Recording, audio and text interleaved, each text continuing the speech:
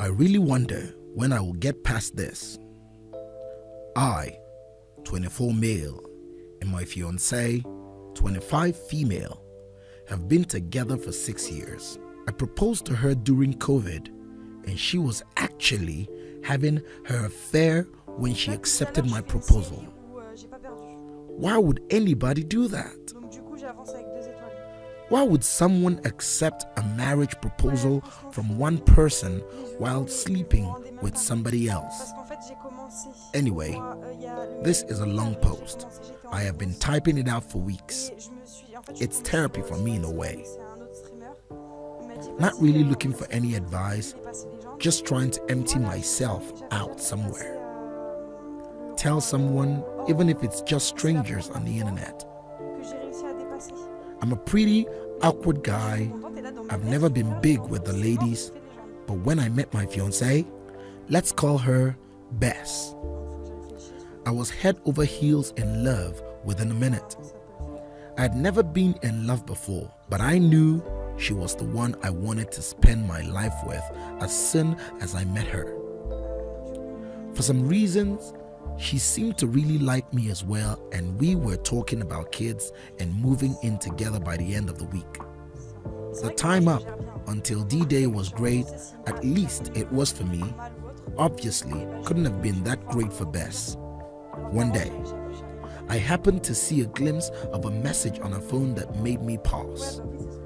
I laid awake that night and got up while she was sleeping and went through it. I am very comfortable with technology. I actually make a living through mobile apps I made. I'm not super rich, but I could comfortably take a year off without suffering any long-term economic consequences.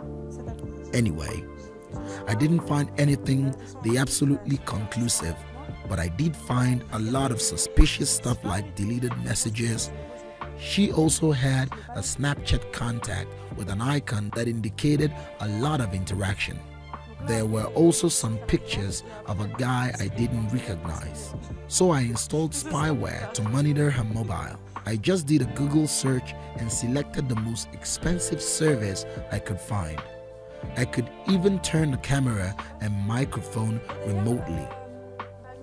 The next day, Bess was supposed to go on a 5-day business trip. She works in sales, so this wasn't necessarily something that was strange for her.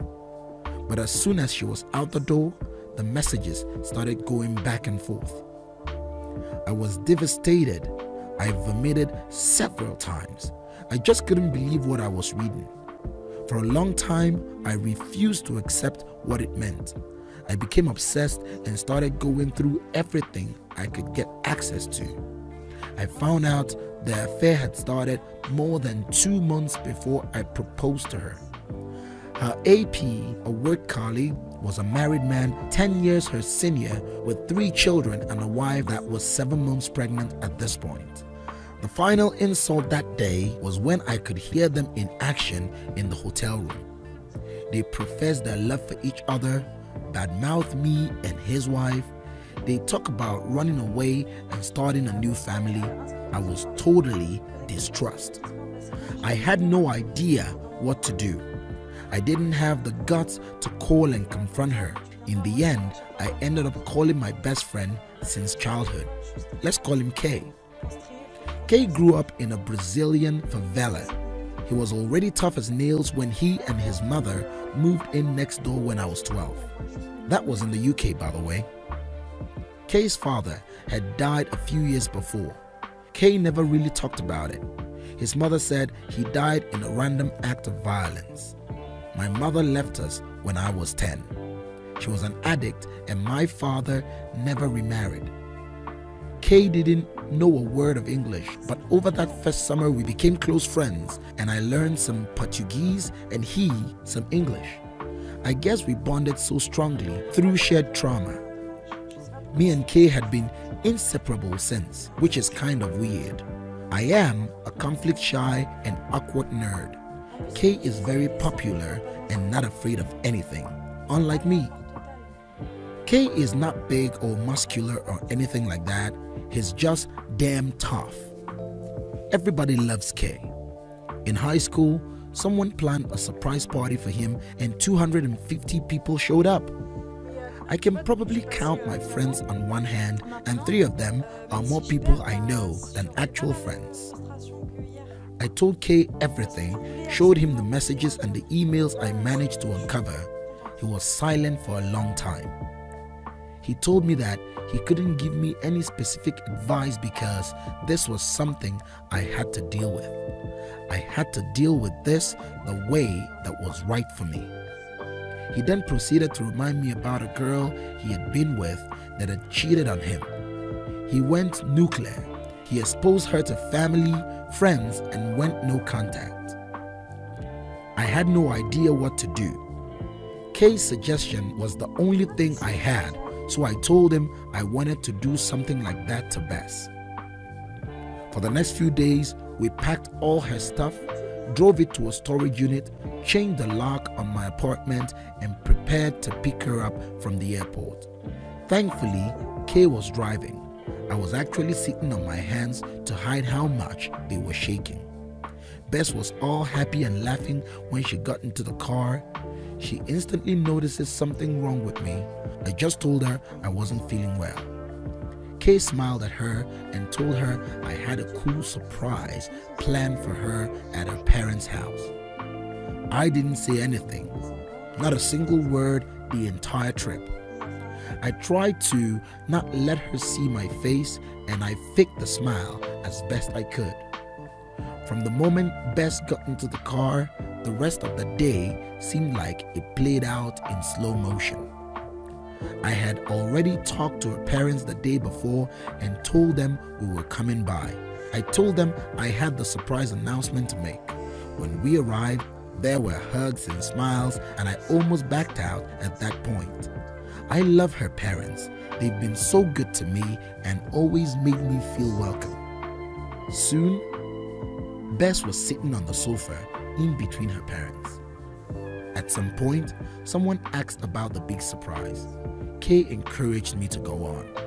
I started off by telling her parents how fond I was with them and how grateful I was that they had welcomed me into their family and treated me in such a way that I always felt welcome.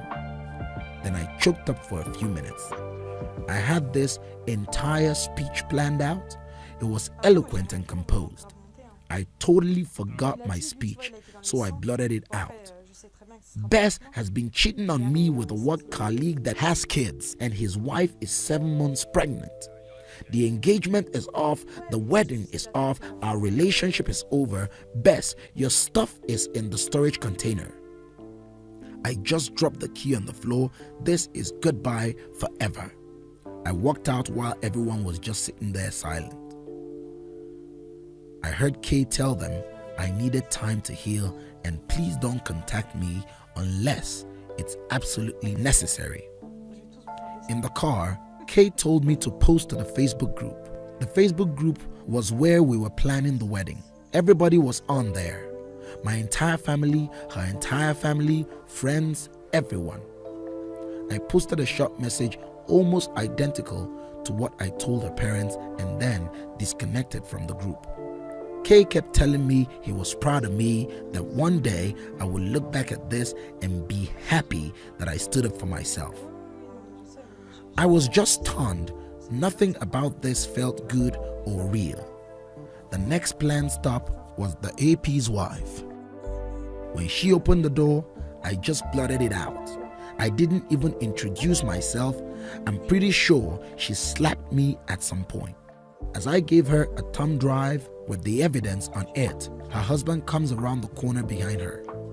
His wife immediately started screaming. She told him to get lost and not come near her. He tried making excuses, but as soon as he took a step forward, Kay was right up in his face instantly. You heard the lady. Get out. After a bit more back and forth, he eventually packed a bag and scuttled off. Kay talked to his wife for a while. I was just trying to process my screwed up life in my mind. In the end, we were invited inside. Kay called his mother and we agreed to spend the night until her father could arrive the next morning to pick her up. She was scared her husband will turn back up and she did not want to be alone. Inside, I was treated like I had turned invincible. No one saw me or noticed me. I just sat there crying silently. I understand she was in a much worse situation than me. I was not married and did not have kids. Still, I was breaking inside that nobody even looked at me. At some point, they all fell asleep. I still sat there crying. I decided that I was going to just end it. I started looking for pills, but I couldn't find any. In the end, I got a long knife and I planned to just stab myself through the hot weather. I held it towards my chest with both hands, and when I took a deep breath, the knife went under my rib cage and penetrated about a centimeter. It hurt like hell. I sat there for a while watching the knife through the bloody tip. I have no idea how long I stood there.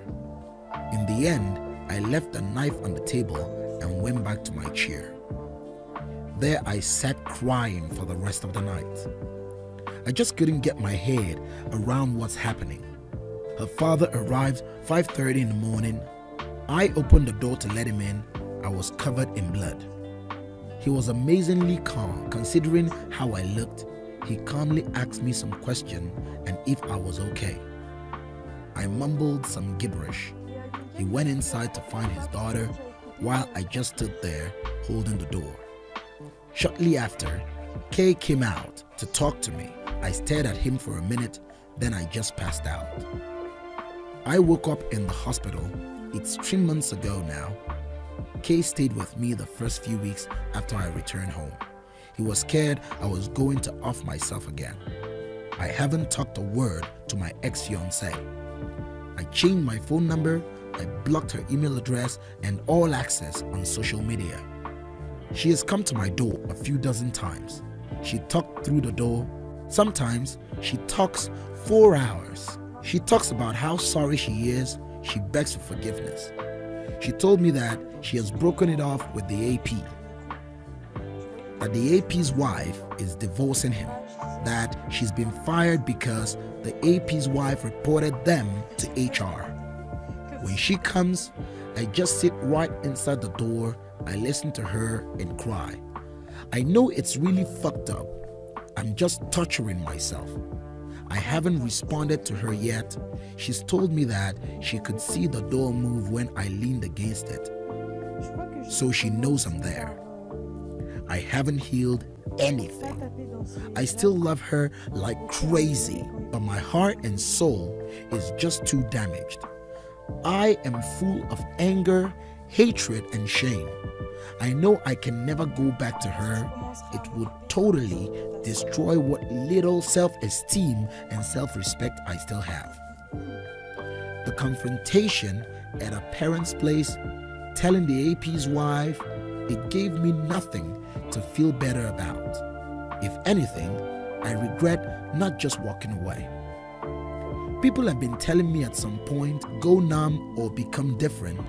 I hope that day is soon for me, because right now, every day is hell. Thank you for watching.